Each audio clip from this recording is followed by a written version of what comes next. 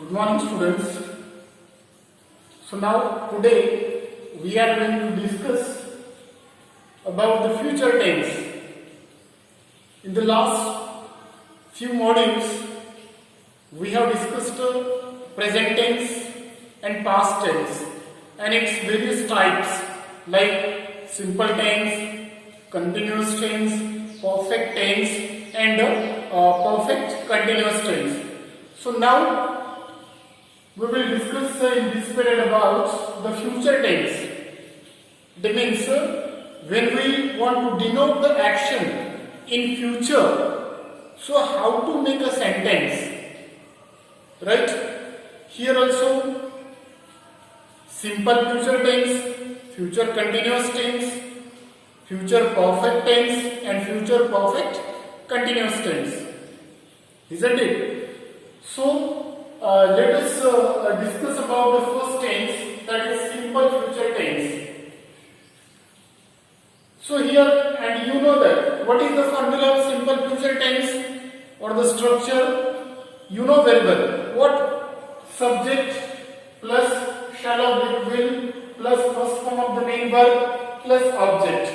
This is what the simple structure of simple future tense, right?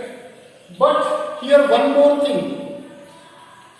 Though this is the structure of simple future tense, but we could denote this tense by using different expressions. In three forms we could express ourselves in simple future tense. What are the three forms? For example, first one is going to. We could also use this structure to express ourselves in future tense. Then present continuous tense. This can also be used to denote future, and another that is you know very well, shall will. Right? Yes, obviously this is what the structure of simple future tense, but still using these expressions going to and present continuous, that can also be used to denote future tense. Only for your information that I wrote here. We cannot stick only to the shall will. With this structure also we can go ahead, that is going to. Am I clear? Don't get confused. Shall will, that is okay, first form of the main verb. But by using another structure we could denote the future tense. Right? For example, first one, going to.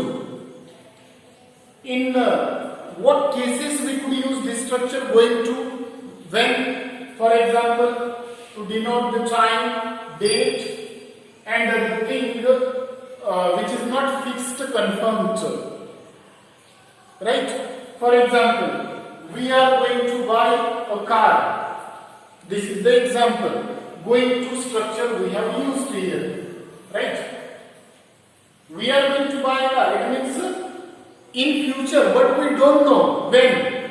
Whether tomorrow, the day after tomorrow, we don't know exactly the date or the time. But we know that we are going to buy a bungalow, a car. So going to structure can be used to denote future tense. Clear? Next, present continuous tense. And it can be used to show the arrangement. What kind of arrangement? For example, we have already arranged everything, but we can denote by using future tense. For example, we are flying to Bombay or Mumbai the day after tomorrow, right? See now, present continuous tense is used that we are flying. And you know the structure of present continuous tense. Subject plus am is are plus ing form of the main verb. Right? So, and we are flying to Mumbai the day after tomorrow. It is the action we are talking about which will be completed in future tense. Which we will do in future. But we are using this present continuous form. Right? Got it? Next one is shall will. Where you all people are familiar with this structure. subject plus shall oblique will plus first form of the main verb plus object. And when we want to show the instant decisions, offers and promises, this tense can be used or it is useful in such cases. For example, I think India will win the next World Cup. Right? I think India will win. Will, shall oblique will, we have taken one. Right? We chose one. Then will first form of the main verb and then the next World Cup. It will be subject plus shall oblique will plus first form of the main verb plus object to denote the promise, offer or the instant decision. Or I will study English. Or I will complete my homework. I will go there. Instant. Next, that is future continuous tense. So what is the formula of future continuous tense then? Subject plus shall oblique will be, shall be will be plus ing form of the main verb plus object. So you can, I told you that you can note down all these formulas in your notebook for the further use, that means for the future use, because till 11th standard it is useful for you. This is what the structures of tenses, because it is useful in editing, gap filling everywhere. So, in future continuous tense, in which case is that what is the use of the future continuous tense? For example, the action that will be in progress in future tense. For that reason, future continuous tense can be used. Next, ongoing actions in the future. For that purpose also.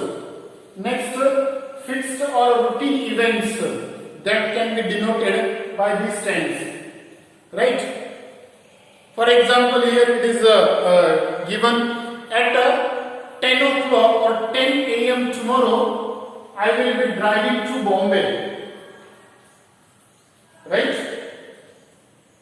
I will be driving ing to the main verb, to Bombay or this place or to Ahmedabad, whatever. It is to denote this such events or such things that we can use this future continuous tense. Right? So these are the two types, simple future tense and future continuous tense. The rest of the 2 points that we will continue in the one more video module. So thank you and have a good day.